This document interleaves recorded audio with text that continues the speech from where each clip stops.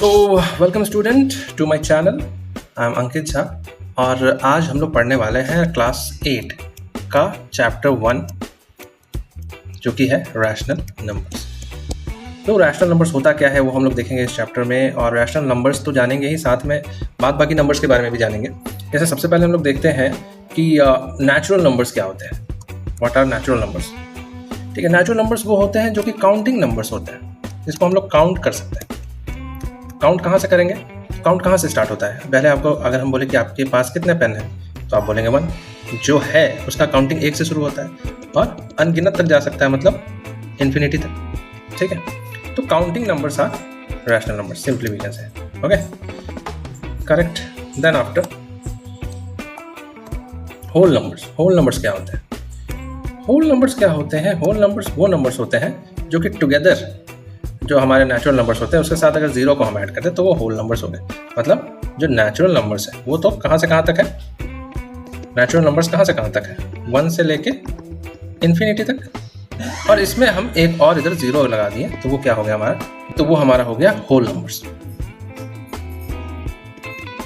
ठीक है, और अगर विदाउट जीरो जो हमारा काउंटिंग नंबर्स है 1 2 3 4 टिल इन्फिनिटी, वो हमारा क्या हो गया? Natural numbers.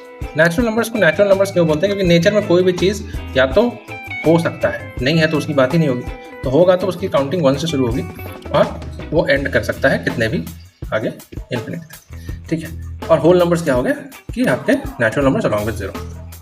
ओके, सो इंटीजर्स। अब दूसरे टाइप के नंबर्स आते हैं। पहला हमने देखा नेचुरल नंबर्स, फिर देखा होल नंबर्स, अब है इंटीजर्स। इंटीजर्स क्या है sir? Natural numbers along with zero. ये क्या हो गया? हमारा होल नंबर्स। अब इसमें जो नेचुरल नंबर्स पॉजिटिव में है उसको इधर नेगेटिव में लिख दीजिए। जैसे let us assume 0 1 2 3 4 5 and go so on. और इधर जीरो के बाद क्या आएगा? -1 -2 -3 -4 -5 एंड सो ऑन।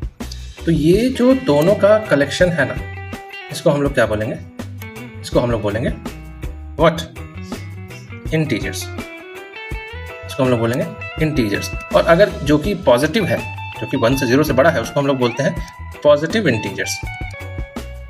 और जो 0 से छोटा, जो कि माइनस है, उसको हम लोग बोलेंगे नेगेटिव इंटीजर्स।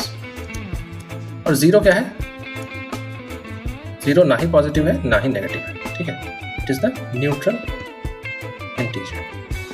आपसे पूछा जाएगा कि नेम द न्यूट्रल इंटीजर, तो यू विल सिंपली से इट्स 0। ओके, कोई डाउट नहीं होनी चाहिए, आप पूछ सकते हैं वैसे अगर कोई डाउट होगा। तो रैशनल नंबर्स क्या होते हैं? तो sir rational numbers are the numbers which is in the form of p by q, जहाँ पे p और q इंटीजर्स है। इंटीजर्स मतलब ये पॉजिटिव भी हो सकते हैं, नेगेटिव भी हो सकते हैं, और बट वो आपके जीरो जो p by q जो है वहाँ पे p और q दोनों तो इंटीजर्स होगा, बट ये q जो है वो एक इंटीजर को छोड़ के होगा जो कि जीरो के इक्वल नहीं होगा। बाद बाकी p भी हमारा जीरो के इक्वल हो सकता है। तो rational numbers are the numbers which are in the form of p by q where q is not equal to 0 and p and q both are integers. Okay, जैसे कि 2 by 3 6 by 7, ये सब क्या हो गया? 3 by 7 -8 by 43, ये सब क्या है? These all are rational numbers. अगर मैं आपसे बोलूं कि 5 रैशनल नंबर है क्या और -8 रैशनल नंबर है क्या, तो यस, क्योंकि every number has 1 as its denominator. It is in the form of 5 by 1 which is in the form of p by q, और ये 1 तो 0 के इक्वल नहीं है ना, ये तो 1 है, तो here q is not equal to 0। Simply हम लोग ये चीज़ देख सकते हैं यहाँ पे। ओके, सो और मैं आपसे अगर बोलूँ कि 0 रैशनल नंबर है कि नहीं?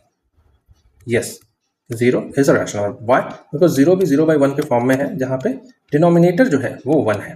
किसी भी नंबर का, किसी भी इंटीजर के डिनोमिनेटर में 1 होता ही होता है। ठीक है, so that's it. Okay, 0 by 1 के फॉर्म में लिख सकते हैं, और q is not equal to 0।